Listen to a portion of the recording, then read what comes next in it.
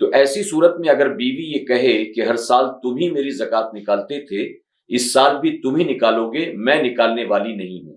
جبکہ شوہر کے پاس اتنی رقم وغیرہ نہیں ہے کہ وہ زکوٰۃ نکال سکے، اب اس صورت میں بیوی گناہ گار ہوگی یا شوہر گناہ گار ہوگا؟ اور زکوٰۃ نکالنے میں جو تاخیر ہو رہی ہے وہ کس کے سر جائے گی؟ زکوٰۃ کی ادائیگی میں شوہر اور بیوی دونوں کا حکم الگ الگ ہے. یعنی شوہر قرض دار ہو چکا ہے، اتنا قرض ہے کہ اب اس کے پاس مقدار نصاب بھی باقی نہ رہ گئی، تو اب اس پر تو زکوٰۃ فرض نہیں ہے. لیکن بیوی کے پاس زیورات موجود ہیں اور اتنا زیور ہے کہ جس سے مقدار نصاب پوری ہوتی ہے، تو شوہر کا قرض بیوی کے اوپر نہیں آئے گا، بلکہ اس زیورات یا کی زکوٰۃ اس بیوی پر ادا کرنا فرض ہے، اس لیے کہ زیور کی وہ خود مالک ہے، شوہر مالک نہیں ہے. اب اگر وہ زکوٰۃ کی رقم اس کے پاس نہیں ہے، یعنی زکوٰۃ تو اس پر فرض ہے لیکن زکوٰۃ کی ادائیگی کے لیے اس کے پاس رقم نہیں ہے، شوہر ہی دیتا تھا، اب شوہر کے پاس بھی نہیں ہے، تو بیوی کو چاہیے کہ اس میں سے کچھ حصہ بیچ کر کے اپنی زکوٰۃ نکالے.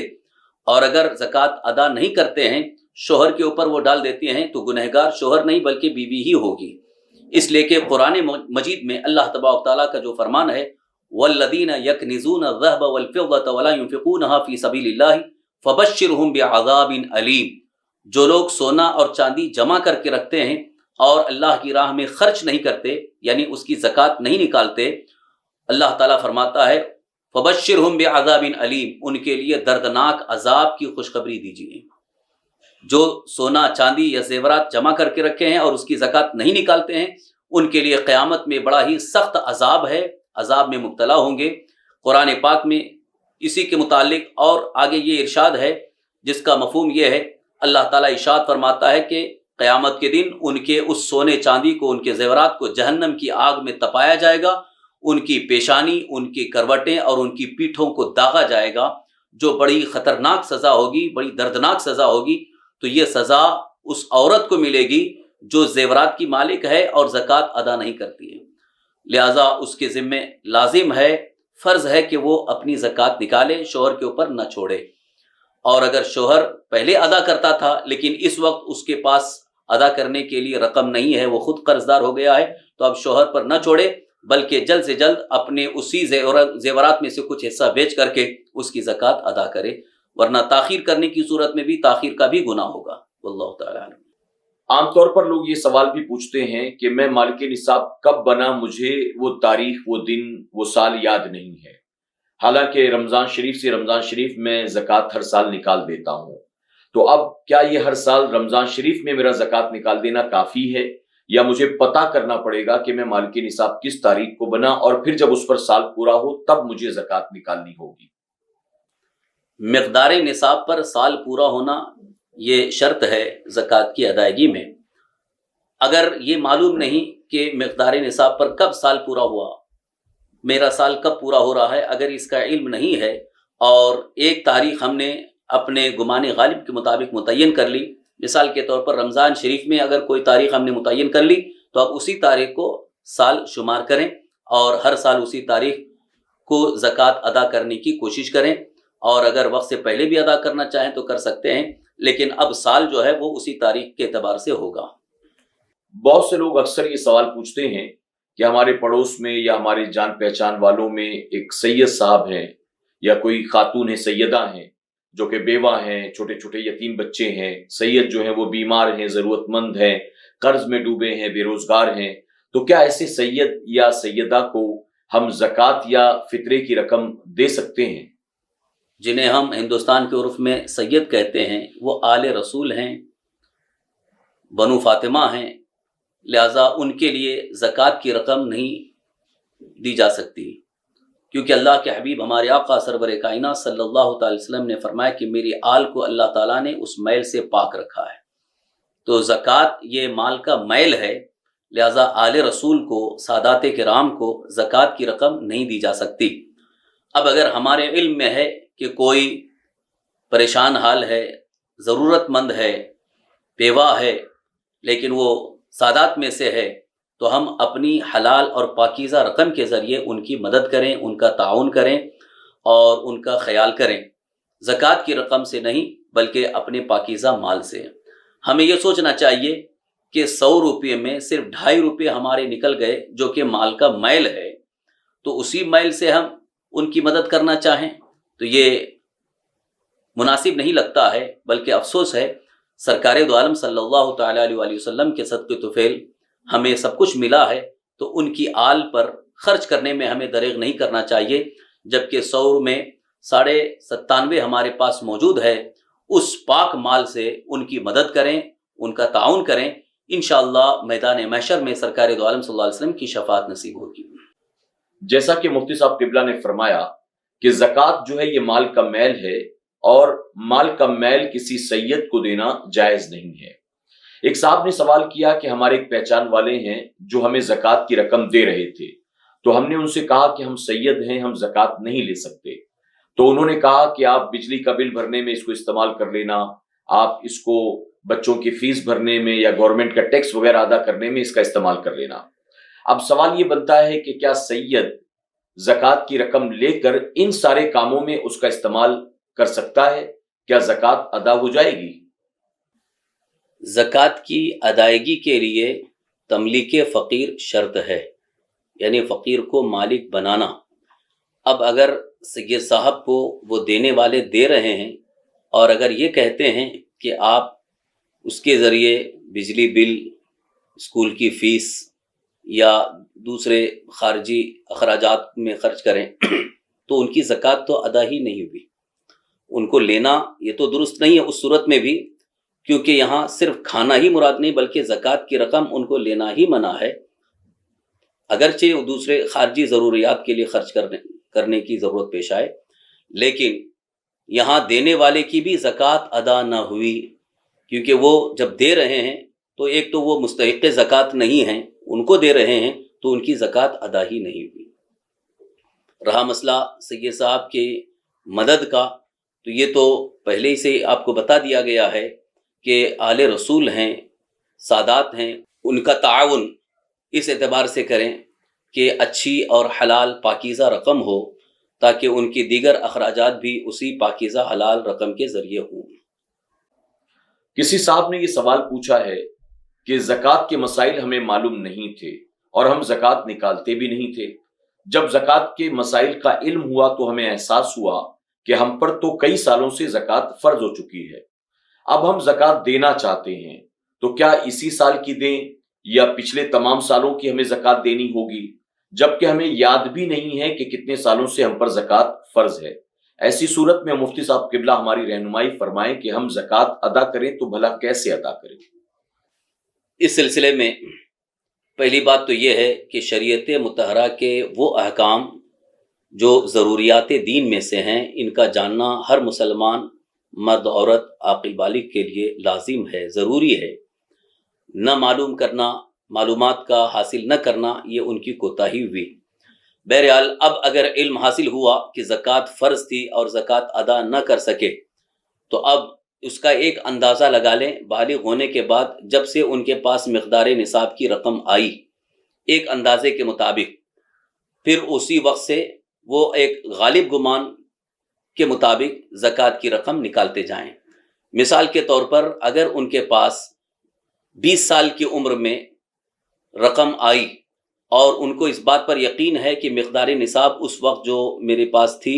اس وقت جو مقدار نصاب تھی اتنی رقم میرے پاس تھی، تو اب اسی غالب گمان کے مطابق وہ اس سال کی زکوٰۃ جوڑ کر کے اس کو نکالیں۔ پھر اس کے بعد دوسرے سال کتنی رقم رہی، یعنی ایک غالب گمان کا اعتبار کیا جائے گا، کیونکہ حتمی اور یقینی طور پر تو معلوم ہی نہیں ہے کہ کتنی رقم تھی۔ البتہ اتنا اگر یقین ہے کہ مقدار نصاب کے مطابق میرے پاس رقم رہی اور مجھ پر زکوٰۃ فرض ہوئی ہے، فرض رہی، تو اب اسی کے مطابق غالب گمان جس پر ہو جائے کہ اتنی رقم میرے پاس رہی، اتنی رقم میرے پاس رہی، تو وہ غالب گمان کے مطابق ہی اپنی زکوٰۃ کی رقم ہر سال کی جوڑ کر کے نکال دیں۔ کچھ لوگ ایسے بھی ہوتے ہیں کہ جن پر زکوٰۃ واجب ہوتی ہے، مثلا ان کے پاس رقم وغیرہ موجود ہے، ان کے پاس زیورات وغیرہ موجود ہیں، لیکن ان کے گھر میں کوئی کمانے والا نہیں ہے، تو وہ لوگوں سے یہ کہتے ہیں کہ ہمارے گھر میں کمانے والا کوئی نہیں ہے، جبکہ شرعاً وہ مالک نصاب ہوتے ہیں۔ تو ایسے آدمی کا یہ عذر پیش کر کے زکوٰۃ نہ دینا کیا درست ہے؟ اور سوال یہ بھی ہے کیا ایسے آدمی کو ہم اپنی زکوٰۃ کی رقم دیں تو زکوٰۃ ادا ہو جائے گی؟ چاہے مرد ہو یا عورت، دونوں میں سے کوئی بھی اگر مقدار نصاب کے مالک ہو چکے ہیں اور ان کے پاس اتنی رقم ہے، حاجت اصلیہ سے زائد ہے جس سے زکوٰۃ فرض ہوتی ہے، اور دیگر شرائط پا لیے گئے تو اس پر زکوٰۃ فرض ہو گئی، تو اس کو زکوٰۃ کی رقم نہیں دی جا سکتی۔ مثال کے طور پر کوئی عورت، کوئی خاتون جس کے پاس مقدار نصاب یا زیور اتنا ہے کہ جس سے مقدار نصاب پوری ہوتی ہے، تو اب اس کو زکوٰۃ کی رقم نہیں دی جا سکتی۔ اسی طرح سے خود اس کو زکوٰۃ دینا ضروری ہے، کیونکہ وہ خود مالک نصاب ہو چکی ہے، جس کے پاس مقدار نصاب پوری ہے اور دیگر شرائط بھی پا لیے گئے، تو خود اسے زکوٰۃ ادا کرنا ضروری ہے۔ اب اس کا یہ عذر پیش کرنا کہ میں خود کماتی نہیں ہوں، یا میرے پاس کوئی کمانے والا نہیں ہے اور کوئی کمائی کا ذریعہ نہیں ہے، مجھے لوگ تعاون کرتے، مدد کرتے ہیں تو میرا خرچ چلتا ہے، لیکن اس کے پاس مقدار نصاب مکمل ہے اور سال پورا ہو چکا ہے مقدار نصاب پر، اس پر اتنا قرض بھی نہیں ہے، تو ایسی صورت میں خود اس پر زکوٰۃ فرض ہے، اسے زکوٰۃ ادا کرنی ہوگی۔ کسی صاحب نے سوال کیا ہے کہ میرے پاس 10 تولہ سونا ہے، 60 تولہ چاندی ہے اور 5 لاکھ روپے کیش ہیں، تو ایسی صورت میں تینوں چیزوں پر زکوٰۃ واجب ہے، تو کیا سونے کی زکوٰۃ سونے سے نکالیں گے، چاندی کی زکوٰۃ چاندی سے اور کیش کی زکوٰۃ کیش سے، یا سب کو ملا کر سونے سے، چاندی سے یا کیش سے زکوٰۃ نکالی جا سکتی ہے؟ سونے کی زکوٰۃ، چاندی کی زکوٰۃ اور کیش رقم کی زکوٰۃ، اس میں آسان طریقہ جو آج رائج ہے وہ یہی ہے کہ سونے کی جب زکوٰۃ نکالنا ہو اور اس کی قیمت جو موجودہ مارکیٹ کی قیمت ہے، یعنی اگر ہم خریدنے جائیں گے تو جو قیمت مارکیٹ میں ہے وہی قیمت اپنے پاس موجود سونے کی لگا کر کے اس کی زکوٰۃ نکالی جائے۔ مثال کے طور پر اگر 45,000 روپے تولہ اس وقت خریدنے میں ہم کو مل رہا ہے اور ہمارے پاس 2 تولہ سونا موجود ہے، تو 90,000 اس کی قیمت ہو گئی، تو اس اعتبار سے اب 90,000 کی زکوٰۃ نکالنی ہوگی، اس میں 2.5%۔ اسی طرح سے چاندی کی جو موجودہ قیمت ہے اس کی قیمت کا اعتبار کر کے اس کی زکوٰۃ نکالیں، اور 5 لاکھ جو کیش ہیں، 5 لاکھ کے کیش کی زکوٰۃ اسی اعتبار سے، یعنی 2.5% کے اعتبار سے 1 لاکھ میں 2,500، اس طرح قیمت کے اعتبار سے زکوٰۃ نکالیں تو یہ زیادہ آسان ہے۔ ورنہ سونے کی زکوٰۃ سونے کے ذریعے بھی نکال سکتے ہیں، چاندی کی زکوٰۃ چاندی کے ذریعے بھی نکال سکتے ہیں، مگر اس طرح سے آسان ہے اور اس میں سامنے والے کو زیادہ فائدہ بھی ہے، کیونکہ وجہ بالکل ظاہر ہے کہ اگر ہم سونے کی زکوٰۃ سونے سے نکالتے ہیں تو جو بھی ہم اس سے کچھ زیور دیں گے وہ اگر بیچنے جائے گا تو اس کو وہ قیمت نہیں ملتی ہے جو ہم خریدنے میں جو ہم کو قیمت لگ رہی ہے، لہٰذا اس لیے اگر وہ قیمت کے اعتبار سے اگر دیتا ہے تو اس میں مستحق کا زیادہ فائدہ ہے، فقیر کو زیادہ فائدہ ہوگا۔ اس سلسلے میں ہماری رائے اور ہمارا مشورہ بھی یہ ہے کہ کیش میں ہی زکوٰۃ دیں تو زیادہ بہتر ہوگا، کیونکہ عام طور پر لوگوں کے اخراجات وہ رقم کے ذریعے پورے ہوتے ہیں، اور سونے کو دینے یا چاندی کو دینے کی صورت میں کیونکہ جلدی کوئی خریدتا بھی نہیں ہے اور اس کو کافی تکلیف بھی ہوتی ہے، دقت ہوتی ہے، اس لیے بہتر یہ ہے کہ کیش کی شکل میں ہی زکوٰۃ دیں تو مناسب ہوگا۔ عام طور پر یہ سوال اکثر لوگ ہم سے پوچھتے ہیں کہ ہم نے جب سونا خریدا تھا اس وقت اس کی قیمت بہت کم تھی، آج مارکیٹ ویلو بہت زیادہ ہو چکی ہے، اور جب ہم اسے بیچنے جاتے ہیں تو جو مارکیٹ ویلو ہے اس اعتبار سے ہمیں قیمت نہیں ملتی ہے۔ مثلا ہم نے جب خریدا تھا تو 20,000 روپیہ تولہ تھا، آج مارکیٹ ویلو 40,000 روپیہ تولہ ہے، ہم اس کو بیچتے ہیں اگر سونار کے پاس تو وہ ہمیں 37 یا 38,000 روپے کے حساب سے دے گا۔ تو ہم جب زکوٰۃ نکالیں تو زکوٰۃ کس اعتبار سے نکالیں؟ ہم نے جتنے میں خریدا تھا وہ قیمت،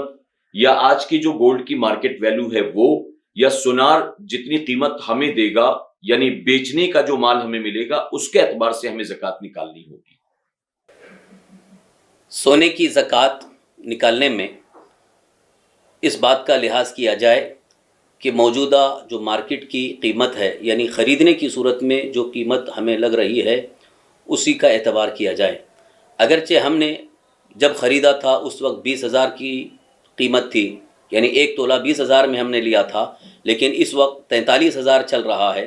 تو اب اس کی قیمت 43,000 روپے تولہ ہی کے حساب سے لگائیں گے. یعنی آپ کے پاس جتنے تولہ ہیں وہ موجودہ مارکیٹ کی قیمت کے اعتبار سے اس کی قیمت لگا کر کے اس کی زکوٰۃ نکالنی ہوگی.